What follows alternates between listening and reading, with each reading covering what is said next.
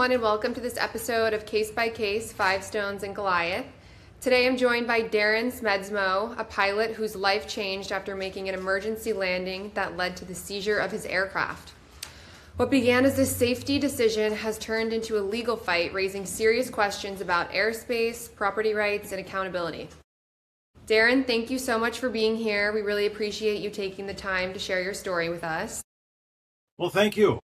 Yeah. So to start, can you share a bit about who you are and your background as a pilot? Well, my name is Darrin Smedsmo from Roseau. Grew up and raised here. I started flying when I was 15. Got soloed when I was 16. Got my license when I was 17. And of course, flew a little bit after that, but then life happens, so I didn't fly for many years, like 24 years, until about 6 years ago I started flying again. Bought a plane, bought my Stinson, my dream plane, and been enjoying that for the last couple of years. That's helpful context. It sounds like you're not new to this. You've had real experience behind you. Well, honestly, so I've had my license for a long time. I'm a low-time private pilot. I have 240 hours. About the Stinson, I saw a Stinson. They made Stinson 108s for 3 years, from 1945, 6, and 7, I believe it was. And they made about 5,000 of them. About half of them are still flying. But when I was probably 11 or 12, I saw one. I thought, that's the most beautiful thing there ever was. So now I have one, or I had it anyway. So for those who may not be familiar, can you briefly explain what led up to the emergency landing at Red Lake in this plane? Well, yeah, so that October 15th, I was heading on my way down to Bemidji. It's about an hour flight. I was going to take my first instrument flight training. I'd been flying for, like I say, quite a while, and I'd just done my flight review. You got to do that every 2 years. And Don said, my instructor said, you should pursue instrument and commercial. So I thought, well, let's try it. So I thought I was going to do this first flight and see how it went, and then ponder over the winter and pick it up probably in the spring. So, on my way down there, about an hour, like I say, total. It would be a 2-hour drive. I was over Lower Red Lake. It was a beautiful day, sun shining. The tamarack trees were in full bloom, bright yellow. All the other trees were past prime, but the tamaracks were beautiful. I was over the lake, and the color of the lake was beautiful. I could see that the waves were coming from the south, and the color of the lake was beautiful. All of a sudden, I heard what I'm calling my engine was laboring. I don't know what actually happened. I haven't been able to look inside the engine yet. Wow. I turned toward land, because I was over the lake by probably half a mile. Turned toward the land, looked up, and my prop was stopped in front of me. Now, when you're flying, if you got water in the gas, if you got carb icing, and something happens, the prop still keeps turning. My prop was stopped. I knew that I was done for. The engine was done for. So it wasn't really worth my time messing around with. I did, because you have to run through the protocols. I did hit the starter, but it was a no-go. There's nothing. So I was already aimed toward the land. I knew within seconds I was going to make the land. And so I just set up for a landing at that point. That is a terrifying experience. I cannot imagine being in that position. It sounds like you just had to make quick decisions and make the best decisions you could with the information you had. But that's it's the moment we're always planning for. We never think it's going to happen to us, but it's the moment we always plan for. And sometimes we have a better plan than others. I was lucky enough to have a road underneath me and not to have traffic underneath me. Uh, 15 minutes before, I would have had swamp only underneath me. What was So going through your mind when this was happening? Were you panicking or were you just trying to stay calm? the word that was in my head, and I think it probably came out of my mouth, and it's G-rated, don't worry about it, was huh. As in, it was all training up until now. Now it's quiz time, pop quiz. And I already knew that I had the wind in my favor, the road in my favor. All I had to do was watch my airspeed, and I was going to be okay. So, at what point did you realize the situation was turning into something bigger than the emergency landing and your plane was seized? Well, so from engine out to down on the ground, I'm thinking about 2.5 minutes. So landed, shut the master off, and closed out basically, jumped out of the plane, and well, there was a guy behind me, and so I frantically, when I saw his face, I frantically threw my hand out to shake his hand, and it took me a couple 2.5 weeks actually to figure out that I was high on adrenaline at the time. But anyway, I saw his face. He had a radio, so he called the tribal police, and they came out. I don't know. I really don't know time frames at that point. It's about 20 miles to town. Whether they sped or not, probably. So say 10, 15, 20 minutes, I don't know. They came out. We got the airplane off the road and safe, and all was well. Thankfully, this is in the middle of nowhere, really. But thankfully, I had cell service right there. So I was making calls. I called my wife. I called the flight school that I was heading to. I felt, just because of the guy that I am, I felt really bad. I wasn't going to make my commitment, my appointment. So, so making calls, AOPA and insurance and all those things that you got to do. And the tribal police had gone. They came back, and Kendall, the police department director, came up to me. I was sitting in the cockpit. It was a nice day. It was 45 degrees, sun shining. You might think that's cool. It was a beautiful day. So I was just sitting there, filling out logbooks and whatever. And he came up to me. I opened the door on the cockpit, and he said, "I got bad news for you." And so he had driven to the tribal police department, tribal headquarters, and came back. So that could have very well been 40, 45 minutes for him to leave, come back, and bring that bad news. So they seized the plane that day and you haven't seen it since? Yeah, I had, in that time that I'd arranged somebody to come and take the thing apart, what you got to do to get it out of there, and haul it out of there. But when he told me that they were seizing it, I talked to my guy, and he said, "I'm out. I don't want anything to do with this now." So then I wasn't sure. They were seizing it. I wasn't sure what was going to happen to it. Are they going to come here and just rip it apart, or what? They actually ended up hauling it whole the 20 miles into town, 33 foot wide, almost 34 feet wide. What was going through your mind when that was happening? Did you think you were going to get the plane back, or what was going through your mind?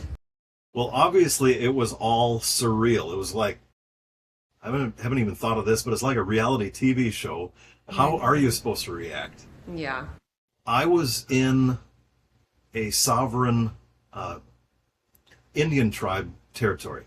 I was obviously I was flying in U.S. airspace. I landed on a state highway, but I was within their reservation. So I'm saying that I was like a man without a country right then and there. It was very surreal, but the tribal police department director was very good to me, And I don't know that I've ever said this publicly, but he said to me off the record, I think you will have your plane back before court date. And court was supposed to be November 3rd, like a little bit over 2 weeks from that date. Mm-hmm. So that was, he gave me some optimism at that point. Yeah. Well, it's such a jarring shift from landing safely and feeling that relief to having this uncertainty. Yeah, like I say, I'm a low-time private pilot, but in that instance, I passed the test, which I'm thankful for. Yeah. What's been the most difficult part for you about having your aircraft seized and held indefinitely? Well, I'll tell you what, my wife would say that I turned gray in the last 3 months. I don't get too stressed about stuff, and in fact, I've kept my humor about the whole thing because it's so ludicrous, and I know the law's on my side. We just got to get through this. Yeah. The sense of limbo sounds like it can be exhausting. Yeah. The tribal court thing, that was looming over my head, and then it wasn't. And since then, I haven't been charged with anything. I haven't been given any timeline. Yeah, not knowing when it will end, that sounds especially hard. Yeah, and then having my asset out in the elements. So imagine you have an asset worth something, and you have it parked in your garage. Now, I can't say that this was always hangared. It's been out in the elements for months now. When a wind comes up, I'm like, yeah, there's no way it's still upright. And it's survived some pretty substantial winds, and I'm really surprised. But when those winds are howling, it's pretty depressing. Ugh. Have you been able to connect with other pilots or people who are surprised to learn that this could happen after an emergency landing? Yeah, right after this, it got out to the pilot community. Most pilots knew about this way before the general public knew about it. And we all shake our heads because we know how to fly, we know how to read aeronautical charts, we know how to read NOTAMs, and there's nothing on it anywhere. So they're all supportive.